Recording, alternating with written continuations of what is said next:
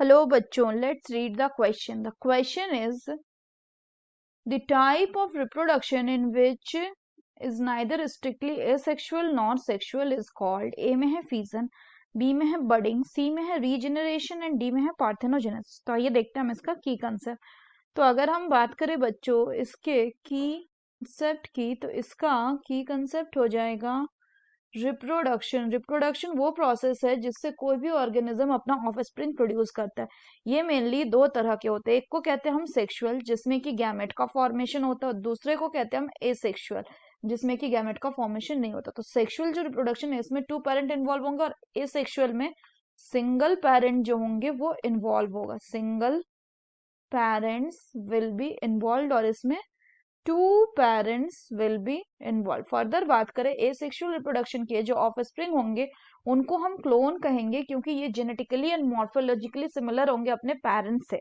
जबकि sexual reproduction में हमें देखने को मिलता है क्या वेरिएशन, क्योंकि इसमें 2 पेरेंट इन्वॉल्व होते हैं, इसलिए जो ऑफस्प्रिंग होगा वो आइडेंटिकल नहीं होगा. क्या होता है उसमें डिफरेंसेस प्रेजेंट होते हैं जेनेटिकली एंड मॉर्फोलॉजिकली भी पेरेंट के मुकाबले.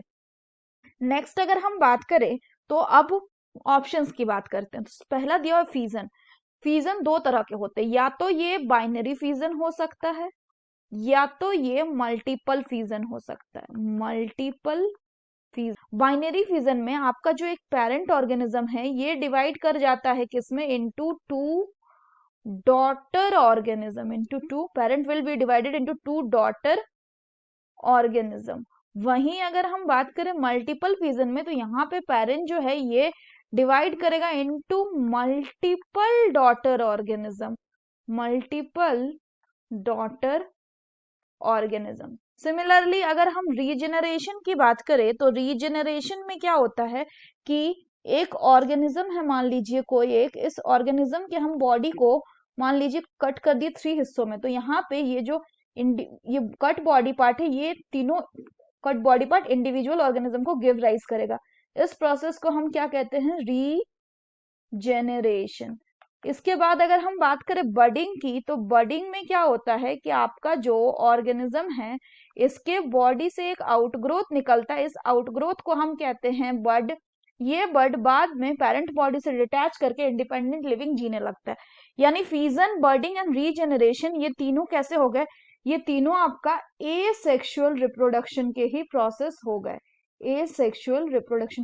वहीं अगर हम पार्थेनोजेनेसिस की बात करें, तो पार्थेनोजेनेसिस में क्या होता है कि इसमें आपका जो अनफर्टिलाइज्ड फीमेल गैमेट है, it is able to give rise to an individual organism. और ऐसा हमें देखने को मिलता है in case of honey bee, turkey bird et cetera. So बोल रहा है कि the type of reproduction which is neither strictly asexual not sexual is called, the correct option will be option D, that is parthenogenesis. So that's all for the question बच्चों. Hope you understood it well. Best of luck.